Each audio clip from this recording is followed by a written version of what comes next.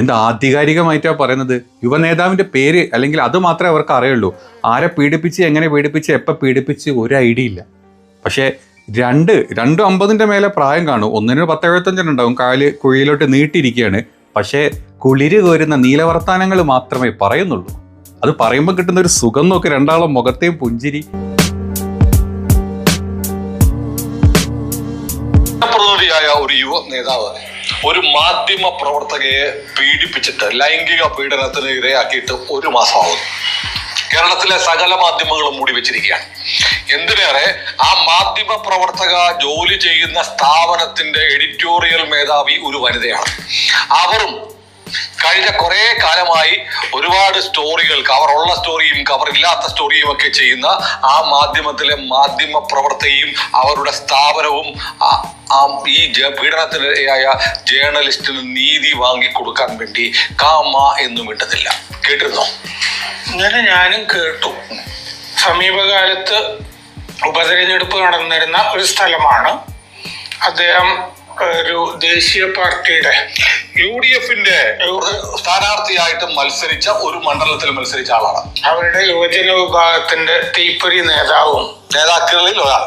അതെ, നേതാക്കളിൽ ഒരാൾ. അപ്പൊ അങ്ങനെ ആ സ്ഥലത്ത് ഉപതെരഞ്ഞെടുപ്പ് ഇനിയും വരുമോ എന്നൊക്കെ ചോദിച്ച് ചില ആളുകൾ നമ്മളെ വിളിച്ച് സംസാരിക്കുന്നു ഒക്കെ ഉണ്ട്. അങ്ങനെയാണ് ഈ വിവരം അറിഞ്ഞത്. പക്ഷേ ഇത് എങ്ങനെ സംഭവിച്ചു, എങ്ങനെയാണ് എന്നുള്ളതിനെ പറ്റിയൊന്നും എനിക്ക് വലിയ ധാരണ. ഈ നേതാവിനെ കുറിച്ചൊരു കഥയുണ്ട്. ആളുകൾക്ക്, പ്രത്യേകിച്ച് വനിതകൾക്ക് മെസ്സേജ് അയക്കും. ആദ്യം SMS അയക്കും. SMS മെസ്സേജ് ബ്ലോക്ക് ചെയ്താൽ വാട്സാപ്പിൽ മെസ്സേജ് അയക്കും. അത് ബ്ലോക്ക് ചെയ്താൽ ടെലഗ്രാമിൽ അയക്കും. ടെലഗ്രാം ബ്ലോക്ക് ചെയ്താൽ മെസ്സഞ്ചറിൽ അയക്കും. മെസ്സഞ്ചർ ബ്ലോക്ക് ചെയ്താൽ ഇൻസ്റ്റയിൽ അയക്കും. ഇൻസ്റ്റ ബ്ലോക്ക് ചെയ്താൽ ഇതറിയോ, അവസാനം ഗൂഗിൾ പേയിൽ മെസ്സേജ് അയക്കും. അയ്യേ, എന്ത് നാണല്ലാത്ത പരിപാടി. എനിക്ക് തോന്നുന്നത് ഇവൻ്റെയൊക്കെ അമ്മക്കും പെങ്ങൾക്കും അല്ലെങ്കിൽ കെട്ടിയൊക്കെ ഈ പറഞ്ഞ യുവ നേതാവ് മെസ്സേജ് അയച്ചതെന്ന് തോന്നുന്നുണ്ട് അല്ലേ? എന്ത് ആധികാരികമായിട്ടാണ് പറയുന്നത്? യുവനേതാവിൻ്റെ പേര് അല്ലെങ്കിൽ അത് മാത്രമേ അവർക്ക് അറിയുള്ളൂ. ആരെ പീഡിപ്പിച്ച്, എങ്ങനെ പീഡിപ്പിച്ച്, എപ്പോൾ പീഡിപ്പിച്ച് ഒരു ഐഡിയ ഇല്ല. പക്ഷേ രണ്ടും 50-ന്റെ മേലെ പ്രായം കാണും. ഒന്നിന് 10-75 ഉണ്ടാവും. കാല് കുഴിയിലോട്ട് നീട്ടിയിരിക്കുകയാണ്. പക്ഷേ കുളിര് കോരുന്ന നീലവർത്താനങ്ങൾ മാത്രമേ പറയുന്നുള്ളൂ. അത് പറയുമ്പോൾ കിട്ടുന്ന ഒരു സുഖം നോക്കി, രണ്ടാളും മുഖത്തെയും പുഞ്ചിരി. ഈ 4 കുത്തും 4 തുണ്ടും ഒക്കെ പറയുമ്പോഴേ ഇങ്ങനെ ഈ പ്രായത്തിൽ ഇങ്ങനെ സുഖിച്ചിരിക്കുക എന്നുള്ളത് വല്ലാത്തൊരു സുഖമുള്ള കാര്യം തന്നെയാണ്. എന്താണെങ്കിലും അതിന് പറ്റിയൊരു ചാനലും ആ 2 പേരിട്ട് സംസാരിക്കുന്നത് തനി ഒരു എന്താ പറയുക, മഞ്ഞപത്രം എന്നൊന്നും പറയാൻ പറ്റില്ല, നീലപത്രം എന്ന് വേണമെങ്കിൽ പറയാം അല്ലേ, അല്ലെങ്കിൽ നീല ചാനൽ എന്ന് വേണമെങ്കിൽ പറയാം. ബ്ലൂ ഫിലിമിൻ്റെ ബാക്കിയാന്ന് വിചാരിക്കട്ടെ. എന്താണെങ്കിലും നല്ല രസമായിട്ട് നമ്മുടെ ഈ ക്രൈമിലും അല്ലെങ്കിൽ മുത്തുച്ചിപ്പിൽ പോലും ഇങ്ങനെ വിവരിച്ച് കൊടുക്കാറില്ല. എനിക്ക് തോന്നുന്നു അതിലൊക്കെ കഥ എഴുതി വിടാറ്. അതായത് തൂലികാനാമത്തിൽ മുത്തുച്ചിപ്പിയിലൊക്കെ കഥ എഴുതാറ് ഈ 2 ആൾക്കാരാണോ എന്നൊരു ഡൗട്ട് വന്നിട്ടുണ്ട്. ഇവരുടെ ഒരു എക്സ്പ്ലനേഷൻ്റെ സ്റ്റൈല് കേട്ടപ്പോൾ എന്തായാലും രസം. ഇവരുടെ ബാക്കി അല്ലെ ഇവരുടെ കുടുംബക്കാർക്കോ ഇവരുടെ വീട്ടുകാർക്കോ ആണോ ഈ പറഞ്ഞ യുവ നേതാവ് മെസ്സേജ് അയച്ചത് എന്നറിയില്ല. ഇത്ര ആധികാരികമായിട്ട് മുന്നോട്ട് വന്ന് പറയുക എന്നുള്ളത് വലിയ സുഖമുള്ളൊരു കാര്യം തന്നെയാണ്. ഏതാണെങ്കിലും സംഭവം എന്താണെന്ന് നമുക്ക് എല്ലാവർക്കും അറിയാം. കഴിഞ്ഞ കുറച്ച് ദിവസങ്ങളായിട്ട് നമ്മുടെ കേരളത്തിലെ ഈ കമ്മ്യൂണിസ്റ്റ് കമ്മികൾ, അങ്ങനെ പറയണം, കമ്മ്യൂണിസ്റ്റ് ഒന്നും പറയാൻ പറ്റില്ല അവന്മാർ, നമ്മുടെ അന്തം കമ്മികൾ എല്ലാ പ്രാവശ്യവും എല്ലാ 5 കൊല്ലം കൂടുമ്പോഴും ഒരു കഥ പുറത്തോട്ട് വിടാറുണ്ട്. അതായത് പഠിച്ച പണി 18 നോക്കി അവസാനം എവിടെയും എത്തുന്നില്ല എന്ന് കണ്ടു കഴിഞ്ഞാൽ നമ്മുടെ നാട്ടിലെ കമ്മികൾ പൊതുവേ പുറത്തോട്ട് വെക്കുന്ന ഒരു കഥയാണ് അവസാനത്തെ പെണ്ണുപിടി. അത് അവന്മാർ പിടിച്ചു കഴിഞ്ഞാൽ നേരെ അവന്മാർ ആ കൊണ്ടിടുന്നത് ഈ പറഞ്ഞ കോൺഗ്രസ്സുകാരുടെ അല്ലെങ്കിൽ ലീഗുകാരുടെ ഒക്കെ പുറത്തോട്ടാണ്. അപ്പോൾ അതിന് എന്താ പറയുക, ആസനം താങ്ങാൻ വന്ന മറ്റ് 2 സംഖ്യകളാണ് നമ്മളിപ്പം തുടക്കത്തിൽ വീഡിയോയിൽ കണ്ടത്. നമുക്കറിയാം രാഹുൽ മാങ്കൂട്ടത്തിനെതിരെയാണ് ഈ പറഞ്ഞ എല്ലാ എന്താ പറയുക പീഡനാരോപണം ഒക്കെ ഉണ്ടായിട്ടുള്ളത് എന്നുള്ളത് വ്യക്തമാണ്. നമ്മൾ എല്ലാ സൈബർ കമ്മി പോരാളികളുടെ ചാനലുകളിലും നമ്മളത് കണ്ടിട്ടുണ്ട്. പ്രത്യേകിച്ച് നമ്മുടെ പോരാളി ഷാജി എന്ന് പറയുന്ന ഒരു വലിയ കമ്മി അല്ലെങ്കിൽ വലിയ അന്തം കമ്മി അവന് തോന്നുന്ന പോലെ കഥകൾ എഴുതി വിടാറുണ്ട് എല്ലാ പ്രാവശ്യവും. അതിനെ സപ്പോർട്ട് ചെയ്തതിലും ചിലക്ക് അക്കിടിയാവാറുണ്ട്, അതൊക്കെ പോട്ടെ. അപ്പം അങ്ങനെയുള്ള ഒരു കഥ വന്നിട്ടുണ്ട്. നമുക്കറിയാം പണ്ട് എന്താ പറയുക, അങ്ങ് ഐസ്ക്രീം കേസ് മുതൽ ഈ പറഞ്ഞ ആളുകളുടെ ഭാവനയിൽ, നമ്മുടെ അന്തം കമ്മികളുടെ ഭാവനയിൽ ഉണ്ടായിട്ടുള്ള കഥകളാണ്. അത് റജീനയുടെ പേരിൽ, അത് കഴിഞ്ഞ് സോളാറിൻ്റെ പേരിൽ, നമ്മുടെ സരിതയുടെ പേരിൽ, ഇപ്പം രാഹുൽ മാങ്കൂട്ടത്തിനാണ് ഈ പറഞ്ഞ അന്തം കമ്മികളായിട്ടുള്ള കൊണവാലന്മാർ ടാർഗറ്റ് ചെയ്ത് വെച്ചിരിക്കുന്നത്. അവന്മാർ കഥ വിടും, ഇലക്ഷൻ ആവുന്ന സമയത്താണ്, എല്ലാ പ്രാവശ്യമുള്ള പോലെ ഇലക്ഷൻ ആവുന്നതിൻ്റെ ഒരു കൊല്ലം മുമ്പാണ് ഇവരുടെ കഥ രചിക്കാറ്. AKG സെൻറ്റർ എന്നാവും കഥ രചിക്കുന്നത്. ഇനി കഥ രചിക്കാൻ കൂടെ ഏതൊക്കെ കഥാപാത്രങ്ങളുണ്ട് അല്ലെങ്കിൽ ഏതൊക്കെ കഥാകാരന്മാരുണ്ട് എന്നുള്ളത് പുറത്തോട്ട് കാണിക്കാറില്ല. സാധാരണ അവർ ഉള്ളിന്ന് പൂശാലൊക്കെ പൂശി കഴിഞ്ഞിട്ടുള്ള ഏതെങ്കിലുമൊക്കെ പെണ്ണുങ്ങളെ പുറത്തോട്ട് കാണിച്ചിട്ടാണ് ഇവന്മാർ കഥ എഴുതാറ്. പക്ഷേ ഇപ്രാവശ്യം ഇവരൊരു പത്രപ്രവർത്തകനെ രാഹുൽ മാങ്കൂട്ടത്തിൽ ഈ പറഞ്ഞ കാര്യങ്ങളൊക്കെ ചെയ്തു, ഗർഭം മലസിപ്പിച്ചു, കഴിഞ്ഞൊരു മാസം മുമ്പ് നടന്ന കഥയാണ് എന്നൊക്കെ പറഞ്ഞിട്ടുള്ള കഥകളാണ് ഈ നമ്മുടെ പുതിയ തരത്തിലുള്ള ഈ മാധ്യമ പ്രവർത്തകർ പുറത്തോട്ട് കൊണ്ടുവന്നിട്ടുള്ളത്. എന്താണെങ്കിലും AKG സെൻറ്റർ എന്ന് എഴുതിയ കഥ ആയതുകൊണ്ട് തന്നെ നല്ല രീതിയിൽ AKG മസാല ഒക്കെ ഇട്ടിട്ട് തന്നെ സുഖമായിട്ട് അല്ലെങ്കിൽ നല്ല രീതിയിൽ പൊടിപ്പും തൊങ്ങലൊക്കെ തൂങ്ങി വിട്ടിട്ടുണ്ട്. അതിൻ്റെ ഒരു എന്താ പറയുക ആൾ സംസാരിച്ച കാര്യങ്ങളാണ് നമ്മൾ കണ്ടത്. ഇനി അതുപോലെ തന്നെ മറ്റൊരു സൈബർ കമ്മിയായിട്ടുള്ള സിനി റോയ് ഒരു പോസ്റ്റ് ഇട്ടിട്ടുണ്ട്. ആ പോസ്റ്റ് കേട്ട് കഴിഞ്ഞാൽ സത്യത്തിൽ പറഞ്ഞാൽ ഈ ഫയറിലും ഞാൻ തുടക്കത്തിൽ പറഞ്ഞ മുത്തുച്ചിപ്പിയിലും കഥ എഴുതുന്ന ആൾക്കാർ വരെ നാണിച്ചു പോകുന്ന രീതിയിലുള്ള പോസ്റ്റാണ്. ജസ്റ്റ് ഒന്ന് വായിച്ചു തരാം. എന്നെപ്പറ്റി പറഞ്ഞ് എന്തോ വ്യാജനെന്നോ എന്ന് എടാ നാണമില്ലേ നിനക്കൊന്നും രാഹുൽ മാങ്കൂട്ടത്തിനെ അവിടെ മെൻഷൻ ചെയ്തിട്ടുണ്ട്. ഇനിയാണ് നമ്മുടെ സിനി ജോയിയുടെ കഥ എത്രത്തോളം അവർക്ക് മുത്തുച്ചിപ്പിയിൽ കഥ എഴുതാൻ പറ്റും എന്നുള്ള രീതിയിലോട്ടുള്ള കഥകൾ വരുന്നത് നമുക്ക് കേൾക്കാം. അല്ലടോ നിന്നേക്കാൾ നാണമുണ്ട് നിന്നെ വ്യാജൻ എന്ന് വിളിക്കുന്നതിൽ എനിക്കൊക്കെ. ഒരു പെൺകുട്ടി ഇന്നും ഒരു പരാതി പോലും പറയാതെ നിന്റെ നാവിൻ്റെ വശീകരണത്തിൽ വീണുപോയി ഇന്നും വേദനയോടെ ജീവിക്കുന്നുണ്ട്. നിനക്കെതിരെ ഒരു അപരാധവും മീറ്റു ആരോപണവും ഉന്നയിക്കാതെ എടാ നിന്നോളം നാണമില്ലാത്തവനാകാൻ ഒരു മനുഷ്യനും കഴിയില്ല വ്യാജ. എൻ്റെ ഈ ആരോപണം തെറ്റാണെങ്കിൽ രാഹുലിന് കോടതിയിൽ പോകാം. എനിക്കെതിരെ കേസും കൊടുക്കാൻ ധൈര്യമുണ്ടെങ്കിൽ മാത്രം. നീ പോകില്ല, പോയാൽ നിൻ്റെ രാഷ്ട്രീയ ഭാവി അന്നത്തോടെ ശവമഞ്ചമാകും എന്ന് എനിക്കറിയാം. മോനെ രാഹുലെ, FB അക്കൗണ്ട് മാത്രമേ മാറിയിട്ടുള്ളൂ. അവൻ പുറത്തു വിടരുത് എന്ന് പറഞ്ഞ് ഇന്നും സൂക്ഷിച്ചു വെച്ചിട്ടുണ്ട് നിനക്കൊക്കെ എതിരെയുള്ള എല്ലാത്തിലും. അപ്പോൾ ശുഭരാത്രി. അപ്പം ഇതാണ് മറ്റൊരു കഥാകാരി, നമ്മുടെ CPM-ൻ്റെ അന്തം കമ്മിയായിട്ടുള്ള ഒരു കഥാകാരി. പിന്നെ നമ്മൾ കണ്ടത് നമ്മുടെ ആസ് യൂഷ്വൽ നമ്മുടെ ഷാജിയുടെ കയ്യിൽ നിന്നാണ്. പിന്നെ 1-2 ചാനലുകാർ, അതായത് ഞാനിപ്പോൾ പറഞ്ഞ പോലത്തെ നമ്മുടെ മലം TV അല്ലെങ്കിൽ ഈ പറഞ്ഞ ABC വ്യാജ നീല TV-യിൽ വന്ന ഒരു ഭാഗമാണ് നമ്മൾ വേറെ കേട്ടത്.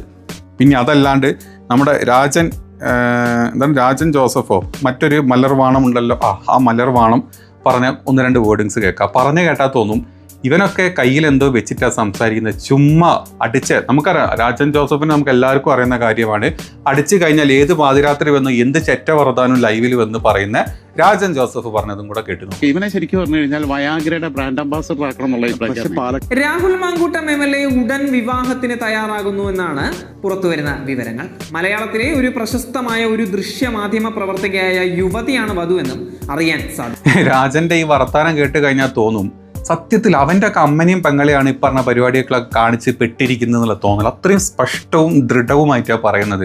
കയ്യിലൊരു ചുക്കും ചുണ്ണാമ്പും തെളിവിൻ്റെ ഒരു അംശം പോലും ഒരു തേങ്ങ ഇവൻ്റെ ഇല്ലെങ്കിലും ചുമ്മാ അടിച്ചു വിടാനുള്ള എന്തോ ഒരു സുഖം, മനസ്സുഖം എന്നുള്ള രീതിയിൽ ഇവൻ്റെ ഒക്കെ സ്വയം ഇപ്പം നമ്മളെ തുടക്കത്തിൽ പറഞ്ഞ മറ്റേ 2 ടീംസ് ഇല്ല, ആ ടീം ഇവനെയൊക്കെ ശരിക്കും ഞാൻ പറഞ്ഞിട്ട് ഇവരൊക്കെ ഒരു പുതിയ ഒരു എന്താ പറയുക ഒരു ഏവട്ടം ഒരു ഇത് ഇടക്കുക, ഒരു ബുക്ക് ഇറക്കുക. എന്നിട്ട് നിങ്ങളങ്ങ് കവിതകളൊക്കെ എഴുതിയിട്ട് കഴിഞ്ഞാൽ ആൾക്കാർ തീർച്ചയായിട്ടും കാണും. ആ രീതിയിലാണ് നിങ്ങൾ വർണ്ണിക്കുന്നത്. നിങ്ങളുടെ ഉള്ളിലെ ലൈംഗിക ദാരിദ്ര്യവും അതുപോലെ തന്നെ നിങ്ങളുടെ ഉള്ളിൽ ആ ഒരു തരം ത്വരയുണ്ടല്ലോ ഇതിനൊക്കെ അറിയാൻ അല്ലെങ്കിൽ ഇതിലൊക്കെ ചാടി പിടിക്കാനും കയറി പിടിക്കാനൊക്കെ, അത് വ്യക്തമായിട്ട് നിങ്ങളൊക്കെ കാണിച്ചു തരുന്നുണ്ട് നിങ്ങളുടെ ഓരോ വായിക്കൂടെ വരുന്ന വാക്കും. പിന്നെ ഞാൻ ഈ പറഞ്ഞ കൂട്ടത്തിലെ സകല സൈബർ കമ്മികളും എന്താ കാണിക്കുന്നത് എന്നുള്ളത് നമ്മൾ കണ്ടു. ഇനി ഇതൊക്കെ എടുത്ത് ഇപ്പം ഏതായാലും എന്താ പറയുക രാഹുൽ മാങ്കൂട്ടത്തിൽ അതിന് വ്യക്തമായിട്ടുള്ളൊരു ഇത് കൊടുക്കുന്നുണ്ട്, ഒരു മറുപടി കൊടുക്കുന്നുണ്ട്. അതും കൂടെയാണ് ഈ കാണുന്നത്. ഏതെങ്കിലും നാറികൾ എവിടെങ്കിലും വെച്ച് എന്തെങ്കിലും പറയട്ടെ, നമ്മളതിന് പിന്നാലെ പോകേണ്ട കാര്യമില്ല. കാരണം ചെയ്തവനെ മാത്രമേ അറിയുള്ളൂ. അതായത് ഇത് അനുഭവിച്ചിട്ടുള്ള ഈ മാധ്യമത്തിൻ്റെ പേര് ഒരു കംപ്ലൈൻറ്റ് മാർക്കും ഒരു തേങ്ങയില്ല. ഇവന്മാർക്ക് കവിത അല്ലെങ്കിൽ കഥ എഴുതിയ ആൾക്കാർക്ക് ചൊറിയില്ല. അവന്മാർ ചൊറഞ്ഞുകൊണ്ടിരുന്നാലല്ലേ ഇങ്ങനെ ഒരു കഥ സമൂഹത്തിൽ പരക്കുള്ളൂ. അതിന് വേണ്ടിയിട്ടാണ് ഇവന്മാർ ഈ കഷ്ടപ്പെടുന്നത്. അതിൻ്റെ ഭാഗമായിട്ടാണ് ഇവന്മാർ ആദ്യം നമ്മുടെ പോരാളി ഷാജി എന്നല്ല എന്താവനൊക്കെ വിളിക്കേണ്ടത്, കോമാളി ഷാജി എന്നോ അല്ലെ വെടക്കാളി ഷാജി എന്നോ ഏതെങ്കിലും ആ ഒരു മലർവാണം അവൻ്റെ ഇതിലിട്ടതാണ്. രാഹുൽ മാങ്കൂട്ടത്തിലും ഷാഫിയും കൂടെ ഒരു എനിക്ക് തോന്നുന്നു ഇത് മഴവിൽ ഏതിൻ്റെ പരിപാടി ആയിരുന്നു ഓർക്കുന്നില്ല. എനിക്ക് തോന്നുന്നത് ഇതൊരു മലയാളം ന്യൂസ് മലയാളത്തിൻ്റെ ഒട്ടം ഒരു ഓണ പ്രോഗ്രാമിന് എന്തിനോ ഒന്ന് അവർ പോയിട്ട് അവിടുന്ന് 2 മാധ്യമ പ്രവർത്തകർ ഇവർ 2 പേരും കൂടെ ഭക്ഷണം സദ്യ കഴിക്കുന്ന ഒരു ഫോട്ടോ വെച്ചിട്ടാണ് ഈ വാണം അതിനെപ്പറ്റി വിവരിച്ചിട്ടുള്ളത്. നമ്മുടെ പപ്പടവും പായസവും ഉള്ള ഒരു ഊണ് എന്നുള്ള രീതിയിലാണ് നമ്മുടെ എരപ്പാളി ഷാജി ഇതെടുത്തിട്ടത്. അപ്പം അതിൽ അവൻ ഫോക്കസ് ചെയ്തിട്ടുള്ളത് അതിലുള്ള പത്രപ്രവർത്തക ആരാന്ന് നമുക്കറിയാം, അത് ലക്ഷ്മി പത്മയാണ്. അവർ നല്ല രീതിയിൽ ഒരു മറുപടി ഈ പറഞ്ഞ സകല അന്തം കമ്മികളുടെയും അണ്ണാക്കിലോട്ട് അടിച്ചു കൊടുത്തിട്ടുണ്ട്. അതിങ്ങനെയാണ് അവർ അതിന് റിപ്ലൈ അയച്ചത്. ഇടത് സൈബർ സുഹൃത്തുക്കളുടെ അടിയന്തര ശ്രദ്ധയ്ക്ക് ഞാൻ ഏഷ്യാനെറ്റ് ന്യൂസ് വിട്ടിട്ട് ഇപ്പോൾ 2 കൊല്ലമാകുന്നു. അതിനുശേഷം ഞാൻ ഫോർത്ത് എന്ന സ്ഥാപനത്തിൽ ചേർന്നു. ഇപ്പോൾ ന്യൂസ് മലയാളത്തിൽ ജോലി ചെയ്യുന്നു. ഫോറത്തിലെ ഓണപരിപാടി ക്ലിപ്പ് പ്രചരിപ്പിച്ചുകൊണ്ട് എനിക്കെതിരെ ദുരുദ്ദേശപരമായ പ്രചരണങ്ങൾ നടത്തുന്നതായി ശ്രദ്ധയിൽപ്പെട്ടിട്ടുണ്ട്. ആരെങ്കിലും എതിരെ പീഡന പരാതി ഉണ്ടെങ്കിൽ അത് ഏത് ഉന്നത നേതാവായാലും അത് കോടതിയിലും ഒക്കെ അത് നേരിടാനാണല്ലോ ഇവിടെ പോലീസും കോടതിയും ഒക്കെ. ആ വഴിക്ക് കാര്യങ്ങൾ നീക്കണം. അതല്ലാതെ നിങ്ങൾക്ക് ഇഷ്ടമല്ല എന്ന ഒറ്റ കാരണത്താൽ എന്നെ എന്ന സ്ത്രീയുടെ ചിത്രം പ്രചരിപ്പിച്ച് ഏറ്റവും വൃത്തികെട്ടമായ രാഷ്ട്രീയം കളിക്കരുത്. ലക്ഷ്മി പത്മ അവരൊരു ഫേസ്ബുക്കിൽ അവരുടെ കഴിഞ്ഞ ദിവസം ഒരു പോസ്റ്റ് ഇട്ടിട്ടുണ്ട്. അതിൻ്റെ താഴത്ത് പോരാളി ഷാജിയുടെ ആ ഒരു ക്ലിപ്പാണ് അവർ വെച്ചിട്ടുള്ളത്. അവൻ ആ വൃത്തികെട്ടവനിട്ടെ. അപ്പം നമ്മളിപ്പോൾ തുടക്കത്തിൽ ഈ പറഞ്ഞ നമ്മളെ തുടക്കത്തിൽ ABC-യിലെ 2 സുഗുണ അമ്മാവന്മാർ പറഞ്ഞതുപോലെ തന്നെ ഏഷ്യാനെറ്റിലാണ് അവരും ഉദ്ദേശിച്ചത്. പക്ഷേ ഇവരുദ്ദേശിച്ച ആൾ ഏഷ്യാനെറ്റിൽ നിന്ന് പോയിട്ട് 2 വർഷമായി. അതിനുശേഷം ഫോർത്തിലോട്ട് പോയി, ഫോർത്ത് പൂട്ടി കെട്ടിപ്പോയി. അതിനുശേഷം അവരിപ്പോൾ ന്യൂസ് മലയാളത്തിലാണ് വർക്ക് ചെയ്യുന്നത്.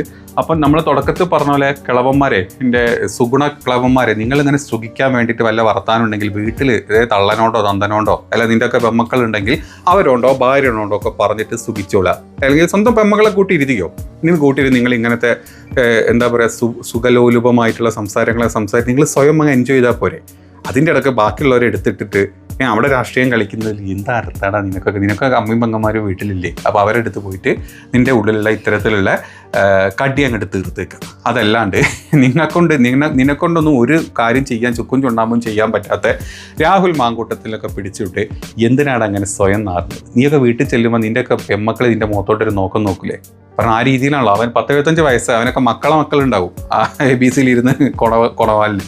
ആ കൊടവാലിലൊക്കെ മക്കൾ പെൺകുട്ടികളാണെങ്കിൽ അവൻ വന്ന് നോക്കും, മുത്തച്ഛൻ നല്ല ഫോമിലായിരുന്നല്ലോ എന്നുള്ള രീതിയിലുള്ള നോട്ടം നോക്കി പോകേണ്ട അവസ്ഥയുള്ളത്. എന്താണേലും കുഴപ്പമില്ല, അടിപൊളി.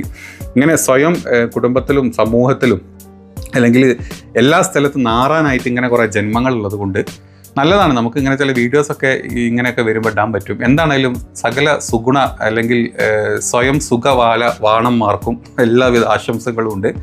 സംഭവം നടക്കട്ടെ, പൊളിക്കും.